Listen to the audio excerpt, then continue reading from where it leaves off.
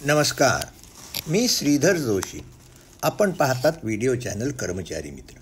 बंधू भगिनींनो, आज शुक्रवार दिनांक 12 जानेवारी 2023 आणि हा व्हिडिओ आहे व्हिडिओ क्रमांक 370.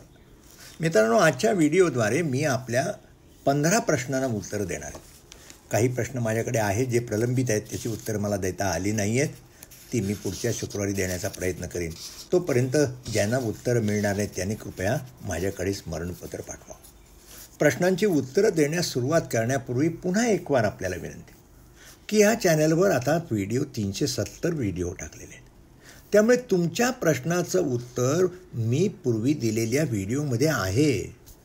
आज तुम्हाला देखील आढळेल मी ज्या प्रश्नांची उत्तर देईन त्या प्रश्नाच्या उत्तरामध्ये अनेक वेळा जुन्या व्हिडिओंचा संदर्भ दिला जाणार आहे. थोडक्यात आपल्याला प्रश्न जर विचारायचा असेल तर त्यापूर्वी आपण कर्मचारी मित्र या व्हिडिओ चॅनलला जर सबस्क्राईब केलं नसेल तर पहिल्यांदा सबस्क्राईब करा. एकदा सबस्क्राईब जर तुम्ही केलं तर तुम्हाला त्या कर्मचारी मित्र या यूट्यूबवर गेलात तर तिथे सर्व व्हिडिओ पाहता येतील. आता मी आपल्या सर्वांच्या सोयीसाठी हे जे 370 व्हिडिओ केलेले आहेत किंवा आत्तापर्यंत 369 केले आहेत ते विषयवार केलेले आहेत आणि असे 22 विषय आणि एक इतर हा एकूण असे 23 गट केलेले आहेत. आणि हे जे 22 आहे, उदाहरणार्थ अनुकंपा तत्वावरील नियुक्ती, शिस्त व अपील नियम, तिसरं निलंबन, असे जे विषय आहेत, असे विषयवार जे व्हिडिओ आहेत त्याच्यासाठी त्याची यादी करून ती आपण जिथे असाल त्या स्क्रीनवर आपल्याला दिसेल. जर तुम्ही कर्मचारी मित्र या व्हिडिओ चॅनलवर जर गेलात आणि तिथे पाहिलं त्या माझ्या फोटोवर क्लिक केल्यानंतर पुढे आपल्याला जो स्क्रीन येतो त्याच्यात येतं होम, व्हिडिओज, शॉर्ट्स आणि पुढे पॉडकास्ट शब्द येतो किंवा प्लेलिस्ट शब्द येतो.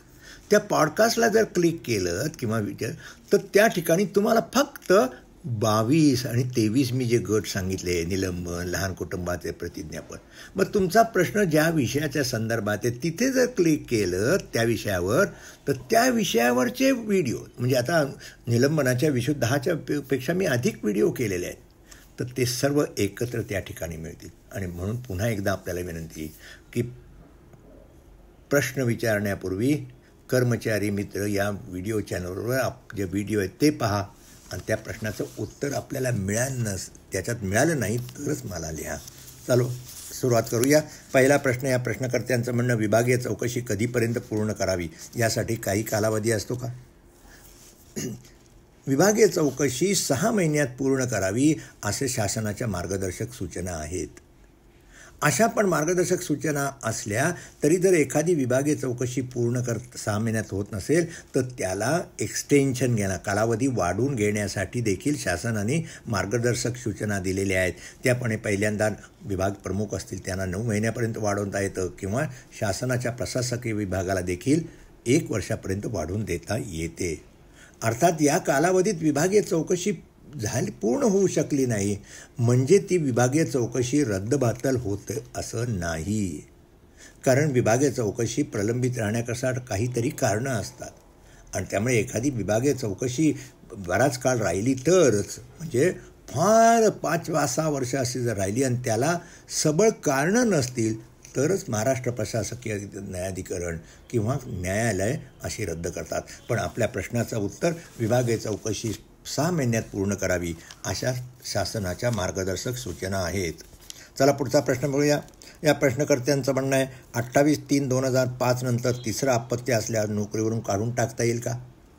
अशाच प्रश्नाला मी अनेक वेळा उत्तरं दिलेली आहेत आणि म्हणून मी या प्रश्नकर्त्यांना एवढंच सांगेन की 28/3/2005 नंतर तिसरं अपत्य झालं म्हणून काढून टाकावं अशा अद्यापपर्यंत शासनाने कुठल्याही सूचना काढलेल्या नाहीत.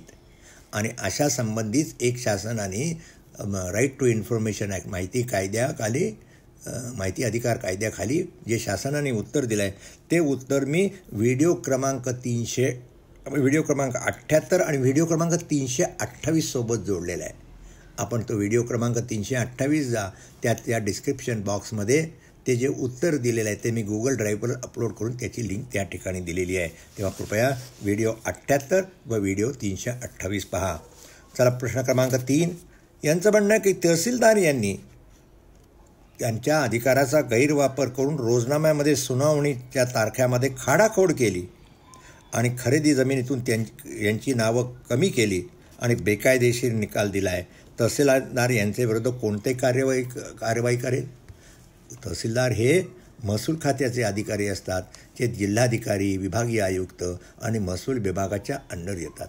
त्यामुळे आपल्याला जी तक्रार करायची आहे ती आपण तातडीने जिल्हाधिकारी, विभागीय आयुक्त आणि शासनाच्या महसूल विभागाकडे तक्रार. मी आपल्याला सुचवीन की आपण जी तक्रार करा ती महसूल विभागांच्या सचिवांकडे करा आणि त्याच्या प्रती जिल्हाधिकारी आणि विभागीय आयुक्तांना द्या. आणि हो, जर आपल्याला खाडाखोड केलेली असेल, म्हणजे इथे जर फ्रॉड केला असेल तर त्या तहसीलदारानंतर फौजदारी कारवाई देखील करता येते. तेव्हा आपण कायदेशीर सल्ला घ्या आणि काही प्रायव्हेट कंप्लेंट दाखल करता येईल का याचा देखील विचार करा. प्रश्न क्रमांक 4, खाजगी अनुदानित शाळेवरील कर्मचाऱ्यावर अन्याय झाल्यास मॅटमध्ये याचिका दाखल करता येते का? अर्थात मॅटमध्ये दाखल करता येत नाही. या प्रश्नाचं उत्तर एका प्रेक्षकानेच या प्रश्नकर्त्यांना त्या चॅनलवर दिल्याचं मला आढळून आलं. म्हणजे चॅनलवर व्हिडिओ पाहिला जातो याबद्दल खूप मला समाधान वाटलं आणि म्हणून त्या प्रश्नकर्त्यांना त्यांनी जसं उत्तर दिलं त्यामुळे खाजगी अनुदानित शाळेतील संस्थांना मॅटमध्ये जाता येत नाही. मॅटमध्ये फक्त शासकीय कर्मचाऱ्यांना जर त्यांच्या तक्रार असतील त्या जाता येतात. पण आपल्या शाळेच्या संस्थाकरता आपल्याकडे स्कूल ट्रिब्युनल आहे, तिथे स्कूल ट्रिब्युनलमध्ये आपल्याला अर्ज करता येईल. चला प्रश्न क्रमांक 5, यांचं म्हणणं आहे अंगणवाडी सेविका प्रसूती रजेवर असताना संपकाळातील पगार कापला जाऊ शकतो का? पगार कापला जाणार नाही. जर कापला गेला असेल तर चुकीचं आहे. त्यामुळे प्रसूती काळासाठी आपल्याला रजा मंजूर केली गेलेली असेल आणि नेमका त्या काळामध्ये जर संप झाला तरी ती संप काळाचं वेतन इतर लोक संप काळात राहिले म्हणून कापले जाऊ शकेल, पण आपलं वेतन कापलं जाणार नाही. असं पण आपण मगाशीप्रमाणे प्रसूती काळात जी रजा आहे ती आपल्याला मंजूर झालेली असली पाहिजे आणि जर असं वेतन कापलं गेलं तर आपण त्याची संबंधित खात्याकडे दाद मागा. मग जरूर तर पुढे न्यायालयात जायचं किंवा काय याचा विचार नंतर करता येईल. चला प्रश्न क्रमांक 6, सेवानिवृत्त कर्मचारी आहेत, यांचं म्हणणं हे विभागीय चौकशीमध्ये दोषमुक्त ठरले आणि म्हणून निवृत्ती वेतनाचे पैसे वगैरे उशिरा मिळाले म्हणून यांनी व्याजाची मागणी केलेली आहे. पण यांना असं कळलं आहे अनधिकृतपणे की ही जी मागणी केली आहे त्या संबंधात कुठल्या तरी कर्मचाऱ्यावर जबाबदारी का विलंब झाला यांना पैसे देण्याकरता आणि म्हणून त्यांना कोण जबाबदार आहे का याची चौकशी केली जात आहे. आता तर यांचं असं म्हणणं आहे की एखाद्या विलंबाला जर जबाबदार झाला तर कारण विभागीय चौकशीला विलंब झालेला आहे त्यामुळे कोणाला जबाबदार धरू नये, कारण त्या विभागीय चौकशी पूर्ण होऊ शकली नाही त्याला कर्मचाऱ्याचा दोष काय, त्या प्रकरणातली नेमकी वस्तुस्थिती काय माहिती नाही. पण जेव्हा एखाद्या कर्मचाऱ्याच्या दोषामुळे जर निवृत्ती वेतन देण्यास विलंब झाला, विभागीय चौकशीमुळे विलंब झाला तर त्या कर्मचाऱ्याला दोषी ठरता येणार नाही. पण अन्यथा त्याच्याविरुद्ध विभागीय चौकशी संपलेली होती आणि निवृत्ती वेतन देय होतं तरी देखील जर संबंधित अधिकाऱ्यांकडून किंवा कर्मचाऱ्यांकडून जर विलंब झाला असेल तर शासन नेहमीच अशी जबाबदारी त्यांच्यावर निश्चित केस करते आणि विलंबाकरता व्याजाची जी रक्कम आहे ती त्यांच्याकडून वसूल करण्याचा आदेश देखील वित्त विभाग देऊ शकतो. चला पुढच्या प्रश्नाकडे या. प्रश्न क्रमांक 7, या प्रश्नकर्त्यांचं म्हणणं आहे की त्यांचं निलंबन झालं 19 नोव्हेंबरला 2021ला, म्हणजे साधारणपणे 1 वर्ष आणि 3-4 महिन्यांनी त्यांची सेवेत पण निलंबन काळात निर्वाह भत्ता दिला नाही आणि म्हणून त्यांनी मुंबई उच्च न्यायालयात अर्ज केला, पण अजून तो अर्ज प्रलंबित आहे. आणि नंतर 1/12/2022ला दोषारोपपत्र दिलं आणि मग 19 डिसेंबर 2023ला चौकशी सुरुवात केली आणि 23/7/2023ला यांना बडतर्फ केलं. आता त्यांच्याविरुद्ध अपील दाखल केलेलं आहे. आता यांचं म्हणणं आहे की उच्च न्यायालयाने 20 नोव्हेंबरला निर्वाह भत्ता देण्याचे आदेश दिलेत, परंतु संस्थेने बेसिक प्लस GRP याची टोटल करूनच फक्त निर्वाह भत्ता दिलेला आहे.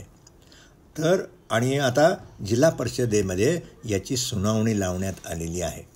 आता या प्रकरणामधले नेमकं यांनी जो उच्च न्यायालयात काय अर्ज केला, उच्च न्यायालयाने काय आदेश दिले, हे आदेश काही आपण जोडलेले नाहीत. त्यामुळे नेमकी त्यातली प्रकरणातील नेमकी वस्तुस्थिती काय मला कळत नाही. पण त्याचप्रमाणे आपण बडतर्फीचा जो आदेश काढला गेलेला आहे तोही माझ्याकडे पाठवलेला नाही. पण आपल्याला जो निर्वाह भत्ता मिळालेला नाही, किंवा दिलेला फक्त बेसिक पे आणि ग्रेड परवर दिलेला आहे ते निश्चित चुकीचं आहे. त्याच्यावरचा महागाई भत्ता देखील आपल्याला देय आहे आणि याकरता आपल्याला त्या काळामधला जो निर्वाह भत्ता आपण देणं आवश्यकच होतं. आता निर्वाह भत्ता देताना देखील किती दिवसात 3 महिन्यानंतर निर्वाह भत्त्यात वाढ केली जाते आणि ते 75% वाढ केली जाऊ शकते जर विभागीय चौकशीच्या विलंबास संबंधित कर्मचारी जबाबदार नसेल. आपल्याला देखील तो मुळीच निर्वाह भत्ता दिला नाही, त्यामुळे आपल्याला निर्वाह भत्ता 50% आणि का 75% मिळणं खरं आवश्यक आहे. आता आपल्या काय 12 जानेवारीला म्हणजे आजच काही ती सुनावणी आहे असं आपण म्हणता, पण ती सुनावणी कशासाठी आहे? त्यांची काही नोटीस वगैरे आपण पाठवली नाही, पण आपल्या सुनावणीमध्ये हा मुद्दा मांडला नसेल तर आपण जरूर मांडा. आपण आणखीन काही जर तपशील कळवला तर मग आणि आपण उच्च न्यायालयात गेल्याच आहात त्या ठिकाणी देखील हे सर्व बाबी आपण न्यायालयामध्ये नमूद करा. आणखीन जर काही याबद्दल आपल्याला मार्गदर्शन पाहिजे असेल तर मला मेलनी कळवा. चला पुढच्या प्रश्न क्रमांक 8. यांचं म्हणणं की एकाच घटनेबाबत फौजदारी कार्यवाही विभागीय चौकशी होऊ शकते का? आणि फौजदारी प्रकरण 3 वर्षापासून प्रलंबित आहे आणि विभागीय चौकशी 18 महिन्यापासून प्रलंबित आहे. आता यांचं म्हणणं विभागीय चौकशीवरून न्यायालयाच्या निकालास अधीन राहून पदोन्नती मिळेल काय? तर मी पहिल्यांदा आपल्याला सांगेन की एखाद्या जे गैरवर्तन असेल ते गैरवर्तन जो तो गुन्हाही असेल आणि विभागीय चौकशी असेल तर त्या कर्मचाऱ्याविरुद्ध विभागीय चौकशी आणि फौजदारी कारवाई एकच जे गैरवर्तन त्याच्याबद्दल होऊ शकते. आता यावर करता मी सविस्तर व्हिडिओ केलेले आहेत, व्हिडिओ क्रमांक 5 आणि 6. आणि त्या व्हिडिओ जर आपण 5 आणि 6 केलेत तर मग आपल्याला मी सांगितलं त्याप्रमाणे आपण जे आपल्या मनामध्ये संशय आहे, आपल्याला जे प्रश्न आहेत त्या प्रश्नांची उत्तरं आपल्याला मिळतील. ते आपण व्हिडिओ पहा. आपल्या प्रश्नाचं निरसन झालं नाही तरच मला पुन्हा एकदा प्रश्न विचारा, मी अधिक खुलासा करू शकेन. चला पुढचा प्रश्न क्रमांक 9. हे कृषी विद्यापीठामध्ये काम करतात, राहुरी येथे मजूर म्हणून काम करतात. आता यांचं म्हणणं आहे की त्यांच्याविरुद्ध एक विभागीय चौकशी सुरू झाली होती आणि कर्मचारी मित्र या व्हिडिओ चॅनलवरील व्हिडिओ पाहून त्यांनी कुठलाही बचाव सहाय्यक न नेमता त्यांनी मजूर असून देखील त्यांनी विभागीय चौकशी स्वतः सामोरं गेले आणि त्याबद्दल त्यांनी कर्मचारी मित्र या चॅनलची बद्दल कृतज्ञता व्यक्त केली. त्याबद्दल या प्रश्नकर्त्यांचे आभार. आता त्यांचं म्हणणं आहे की मी विद्यापीठ सेवामध्ये मी कर्मचारी म्हणून मजूर म्हणून काम करतो, तर मग आवश्यक सचोटी व कर्तव्यपरायणता लागू का? निश्चित लागू आहे. आपण कुठल्याही ठिकाणी काम करत असा, कुठल्याही पदावर काम करत असा, पण त्या ठिकाणी आवश्यक सचोटी व कर्तव्यपरायणता आवश्यकच असते. त्यामुळे मजूर म्हणून जरी असतात तरी ही सचोटी व परायणता आवश्यक आहे. कारण मजूर म्हणून सुद्धा तुम्ही काम करताना कामाची टाळमटाळ करू शकता, खोटं काम केलं असं दाखवू शकता, अशी असण्याची शक्यता आहे. किंवा मुद्दामून काहीतरी गवत काढलं आणि ते कमी काढलं तरी जास्ती काढलं वगैरे असं दाखवलं म्हणजे ही काही सचोटी नाही. आणि म्हणून आपल्याला विद्यापीठाच्या सेवेमध्ये कुठल्याही सेवेमध्ये कर्मचारी म्हणून जेव्हा काम करता तेव्हा सचोटी व कर्तव्यपरायणता आवश्यकच आहे. चला प्रश्न क्रमांक 10. हे पोलीस खात्यामध्ये यांचं म्हणणं आहे 32 वर्ष आहेत आणि सध्या पोलीस इन्स्पेक्टर म्हणून काम करतात. यांच्याविरुद्ध 30 जुलै 2021ला एक क्रिमिनल केस दाखल करण्यात आली आहे आणि ती क्रिमिनल केस आता CBIकडे गेलेली आणि त्यामुळे आणि ते PI म्हणून जर काम करत असतील तर त्यांना पुढचं जे DYSPचं प्रमोशन आहे ते त्यांना काही मिळत नाही आणि ते आता 31 मे 2024ला सेवानिवृत्त होणार आहेत. त्याचप्रमाणे त्यांना कालबद्ध पदोन्नतीसाठी सुद्धा तिसरा लाभासाठी ते सुद्धा ड्यू आहेत त्यांना, परंतु ते देखील कालबद्ध पदोन्नती देण्यात आलेली नाही. तर आता म्हणून त्यांनी कमिशनर ऑफ पोलीस आयुक्तांना विनंती केली पण त्याचा अजून काही उपयोग झाला नाही. तर नेमकी याबद्दल काही मार्गदर्शन करावं असं मी आपल्याला एवढंच या प्रश्नकर्त्यांना सांगेन. आपल्याविरुद्ध एक क्रिमिनल केस आहे आणि क्रिमिनल केस आपल्याविरुद्ध पेंडिंग असल्यामुळं आणि आत्ता जेमतेम 2 वर्ष होत आहेत. आता त्यामुळे क्रिमिनल केस पेंडिंग असताना आपल्याला पदोन्नती दिली जाणार नाही. विभागीय चौकशी प्रलंबित असेल किंवा फौजदारी कारवाई प्रलंबित असेल तर अशा कर्मचाऱ्याला पदोन्नती समिती आपल्या गोपनीय अहवालाचे निष्कर्ष जे काढतात ते सीलबंद लखोट्यात ठेवले जातात. आणि या संदर्भात शासनाने 15/12/2017 आणि 30/8/2018ला सविस्तर सूचना काढलेल्या आहेत. आणि हे दोन्ही 15/12/2017 आणि 30 ऑगस्ट 2018चं जे परिपत्रक आहे, हे पत्रक मी गुगल ड्राईव्हवर अपलोड करून त्याची लिंक व्हिडिओ क्रमांक 248 बरोबर दिलेली आहे.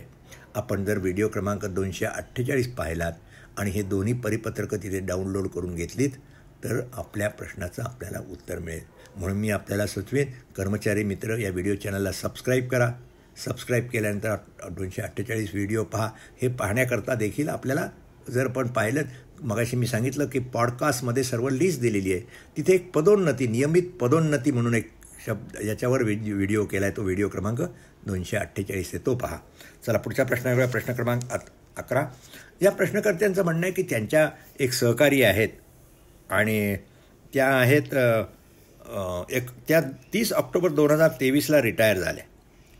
पण त्यांना हे रिटायर झाल्यानंतर त्यांच्या कार्यालयातून त्यांना एक पत्र आलेलं आहे की 1999 ते 2000 हा कालावधी हा वाढीव परिवीक्षाधीन कालावधी होता आणि त्या कालावधीमध्ये यांना वेतनवाढ करून पैसे देण्यात आलेले आहेत आणि ते पैसे वसूल करावेत आणि मग पेन्शनचा प्रस्ताव पाठवावा असं त्यांना सुचवलं आहे.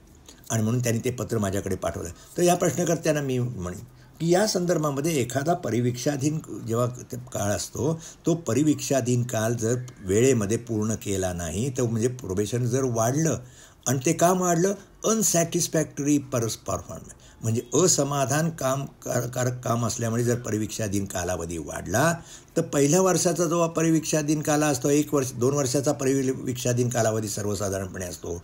पहिल्या 1 वर्ष झालं की एक इन्क्रिमेंट मिळतं, पण दुसरं इन्क्रिमेंट तो परिवीक्षाधीन कालावधी समाधानकारक पूर्ण झाला असं प्रमाणपत्र मिळाल्यानंतर, म्हणजे समाधानकारक पूर्ण केल्यानंतरच दुसरं इन्क्रिमेंट देण्यासंबंधी दिलं जातं. परंतु ज्या प्रकरणामध्ये परिवीक्षाधीन कालावधी असमाधानकारक अनसॅटिस्फॅक्टरी परफॉर्मन्स म्हणून जर परिवीक्षाधीन कालावधी वाढला तर त्या वेळेस त्यांना ॲरियर्स दिले जात नाही. म्हणजे दुसरं इन्क्रिमेंट दिलं जातं पण त्याचे ॲरियर पूर्वीच्या काळाचे दिले जात नाही. पण या कुलकर्णी, श्रीमती कुलकर्णी यांच्या प्रकरणात ही रक्कम दिली गेलेली आहे आणि ती चुकीची दिली असल्यामुळे ती रक्कम वसूल करावी असा आदेश आपल्या विभागानं दिलेला आहे. तर या संदर्भामध्ये मी म्हणतो तो त्यांनी दिलेला आदेश सकृत निश्चित बरोबर आहे. त्यामुळे एक तर तेवढी रक्कम आपण भरा म्हणजे आपलं पेन्शन प्रपोजल पाठवलं जाईल, अन्यथा ही रक्कम आपल्या श्रीमती कुलकर्णी यांना जी ग्रॅच्युटी दिली जाईल त्याच्यातूनही वसूल केल्या जातील. पण या संदर्भात मी आपल्याला सांगेन की MCS पे रूल जे आहेत, म्हणजे महाराष्ट्र नागरी सेवा वेतन नियम जे आहेत 1981, त्या नियमांमधला नियम नंबर 39(1) त्याच्याखाली एक्सेप्शन्स दिलेली आहेत. त्यातलं एक्सेप्शनमध्ये 3रं एक्सेप्शन पहा, ते वाचलं की आपल्या प्रश्नाचं उत्तर आपल्याला मिळेल. चला पुढच्या प्रश्न क्रमांक 12. या प्रश्नकर्त्यांचं म्हणणं की हे हाफकिन इन्स्टिट्यूटमध्ये आहे, त्यांचं म्हणणं की एक कर्मचारी होता, तो 8 डिसेंबर म्हणजे शुक्रवारी कामावर होता, परंतु नंतर मात्र 9-10 त्यांनी 11 ते पासून त्यांनी ते 15 डिसेंबरवर त्यांनी रजा घेतली, म्हणजे आणि मग 18 डिसेंबरला कामावर आला. आता हे केल्यानंतर त्यांची रजा जी आहे 16, 17 व 9-10 डिसेंबर ही पण बिनपगारी रजा त्यांनी केली गेलेली आहे. तर हे त्यांचं म्हणणं बरोबर आहे का?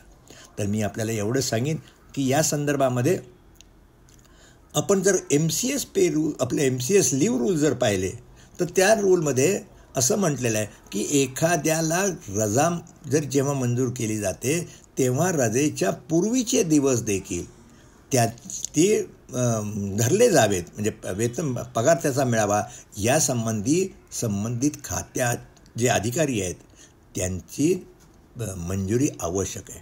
आपल्या या प्रकरणामध्ये मी आपल्याला सांगेन MCS लीव रूल्सचा 45(3)(ब) हा पहा, आणि हा जर आपण रूल पाहिला तर आपल्या लक्षात येईल की आपल्याला आपले जे मित्र आहेत त्यांना 9 आणि 10 डिसेंबरची रजा ही वेतनाला जोडून, कारण आपल्याला त्यांनी जी रजा घेतलेली आहे, त्यांची जी बिनपगार रजा, ती रजा मंजूर करूनच घेतलेली नव्हती, आणि म्हणून त्यांनी जो 9 आणि 10 डिसेंबरला त्याला तुम्हाला जी वेनवेतरी केलेली आहे ती सकृत दर्शनी बरोबर आहे. पण मी या संदर्भात सांगेन की मी मगाशी सांगितल्याप्रमाणे महाराष्ट्र नागरी सेवा लीव रूल 45(3)(ब) पहा. आणि या संदर्भात अधिक खुलासा मी आपल्याला सांगेन की माझे मित्र प्रमोद रेंगे म्हणून आहेत आणि त्यांचा एक व्हिडिओ, त्यांचाही चॅनल आहे हलके फुलके बोलू काही, आणि ज्याच्यात त्यांनी MCS लीव रूलबद्दल सविस्तर चर्चा केलेली आहे. तर त्यांचा एक व्हिडिओ क्रमांक 13 व व्हिडिओ क्रमांक 86 आपण पहा. तर त्या आपल्या प्रश्नाचं उत्तर देखील बरोबर मिळेल. पण थोडक्यात जी विभागाने कारवाई केलेली आहे ती सकृतदर्शनी तरी बरोबर आहे. प्रश्न क्रमांक 13 हे म्हणणं आहे यांचा कोशागार विभागामध्ये काम करतात, लिपिक म्हणून काम करतात. यांनी अनुभव प्रमाणपत्र मागितलं तर त्यांनी विभागाने उत्तर दिलं की तुम्ही कुठे शासकीय सेवेत दुसरीकडे जाण्यासाठी काही अर्ज केला असेल आणि जर मग तिथे देखील अनुभव प्रमाणपत्र मागितलं असेल तर अनुभव प्रमाण देता येईल असं त्यांना उत्तर दिलं. आता या प्रश्नकर्त्यांचं म्हणणं आहे की या संबंधीचा काही शासन निर्णय आहे किंवा काय. असा शासन निर्णय माझ्या नजरेस नाही. पण मी आपल्याला विचारेन, आपल्याला सरसकट अनुभवपत्र, आपल्याला जर ही नोकरी सोडायची असेल तरच मग कुठे नोकरी करायची हे आपण आपल्या विभागाला स्पष्ट केलं पाहिजे. जर इतर कुठे अर्ज करा असतील त्या ठिकाणी अर्ज केला असेल तर त्या ठिकाणी मात्र अनुभवाचं जर सर्टिफिकेट जर त्या अर्जामध्ये असं म्हटलं असेल की पूर्वी अनुभवाचं सर्टिफिकेट वगैरे जोडा तर आपल्याला प्रमाणपत्र दिलं जाईलच. थोडक्यात आपण जर शासनाच्या सेवेमध्ये किंवा खाजगी सेवेमध्ये जरी जाणार असलात तरी आपला इंटेन्शन, आपला हेतू काय हे स्पष्ट केलं तरच आपल्याला अनुभव प्रमाणपत्र दिलं जाऊ शकेल. आणि या संदर्भात कुठलाही शासन निर्णय असा माझ्या दृष्टीपत्तीस नाही. चला प्रश्न क्रमांक 14 यांचं म्हणणं आहे खाजगी अनुदानित संस्थेत आहेत, 28/3/2005 नंतर नोकरीत जॉईन झाले, पण यांच्याकडून लहान कुटुंबाचं प्रतिज्ञापन काही घेण्यात आलेलं नाही, ते मागितलं देखील नाही. आता जर यांना कर्मचाऱ्याला तिसरं अपत्य झाल्यास अशा कर्मचाऱ्याला काही सूट मिळेल किंवा काय, कारण ही खाजगी अनुदानित संस्था आहे व प्रतिज्ञापन घेतलेलं नाही. आता मी आणि यांचं म्हणणं पुढचं की मग पेन्शनमध्ये अडचणी येऊ शकतील का. तर मी या संदर्भात एवढंच आपल्याला म्हणेन, आपल्याकडून लहान कुटुंबाचं जे प्रमाणपत्र आहे ते घेतलं गेलं नाही ही त्या विभागाची निश्चित चूक आहे.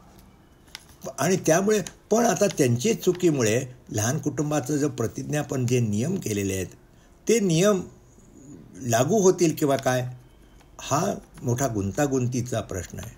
आणि कदाचित न्यायालय असा देखील विचार करू शकेल की लहान कुटुंबाचा प्रतिज्ञांनी नियम लागू केलेले आहेत म्हणजे त्यानंतर जे लोक सेवेत लागलेत त्यांच्याकडून ते प्रतिज्ञापन घेतलं गेलं आणि त्याच्या मागचं स्पिरिट जर लक्षात घेतलं तर 2 अपत्यापेक्षा तिसरं अपत्य नसावं यासाठीच हे नियम केलेले आहेत. आणि त्यामुळे हेतू जर नियमाचा लक्षात घेतला तर तिसरं अपत्य झालं, त्यामुळे ते नोकरीस अयोग्य आहेत, त्यांना नोकरी देय नाही.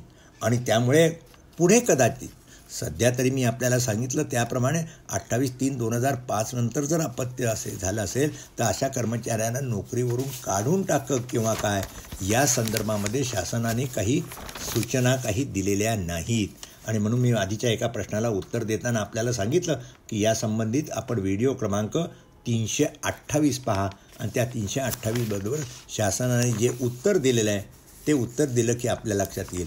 पण जर शासनाने पुढे या संदर्भात जर काही निर्णय घेतला तर आपल्याविरुद्ध कारवाई होऊ शकेल. पण तिथे आपण म्हणतात त्याप्रमाणे आपल्याला सूट वगैरे मिळणार नाही, परंतु या ठिकाणी कदाचित म्हणून आपल्याला न्यायालयात देखील दाद मागावी लागेल.